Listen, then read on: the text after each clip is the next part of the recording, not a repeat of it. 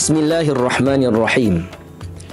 Innal hamdalillah nahmaduhu subhanahu wa ta'ala wa nashkuruh wa nusni alaihi wa nukabbiruh wa na'udzu billahi min syururi anfusina wa min sayyiati a'malina. May yahdihillahu fala mudilla lah wa may yudlilhu fala hadiyalah. Asyhadu an la ilaha illallah wahdahu la syarikalah wa asyhadu anna sayyidana Muhammadan abduhu wa rasuluh. Allahumma salli wa sallim wa barik ala sayyidina Muhammad wa ala alihi wa sahbihi ajma'in.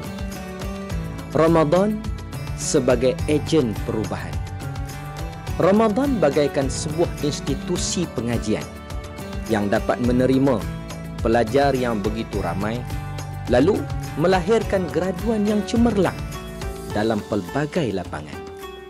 Bagi meraih kejayaan tersebut, sudah pasti para pelajar perlu berjuang bermati-matian, mengubah segala sikap dan tabiat negatif kepada tingkah laku yang dapat memenuhi kriteria sebagai orang yang berjaya. Ramadan sebenarnya mengubah tingkah laku dan tabiat kita. Yang pertama, tabiat berkomunikasi.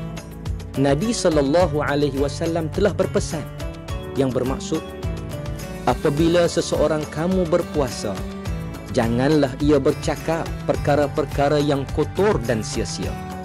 Dilarang juga bertengkar dan memaki hamun. Apabila ia dimaki hamun oleh seseorang atau diajak bermusuhan, maka hendaklah ia berkata, sesungguhnya aku berpuasa pada hari ini. Hadis riwayat Al-Bukhari dan Muslim. Pastikan, sidang hadirin yang dirahmati Allah sekalian, pesanan Nabi ini kita amalkan buat selama-lamanya selepas ini. Yang kedua, tabiat pemakanan. Di antara punca utama masalah kesihatan ialah perut, iaitu perut yang diisi dengan makanan dan minuman yang memudaratkan. Kita diajar dalam Islam supaya mengawal tabiat pemakanan dengan makan secara bersederhana, tidak sebagaimana orang lain. Justru dengan kita berpuasa, sayugianya tabiat pemakanan ini, tabiat pemakanan yang tidak sihat ini dapat dikawal dengan sebaik-baiknya. Yang ketiga, tabiat menjaga masa. Dua masa yang cukup penting bagi orang yang berpuasa adalah masa sahur dan berbuka. Menariknya, kedua-dua masa ini bergandingan pula dengan masa solat, iaitu solat subuh dan solat maghrib. Pasti semua akan mematuhi seluruh undang-undang dan peraturan ini tanpa kompromi.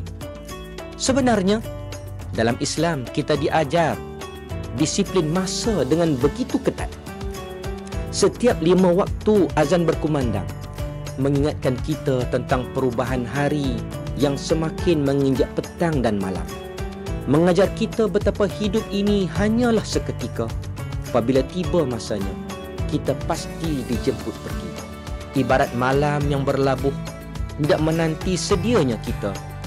Justru itu, isilah masa yang masih tersisa dengan segala perkara yang mendatangkan manfaat dunia dan akhirat. Berubahlah sebelum engkau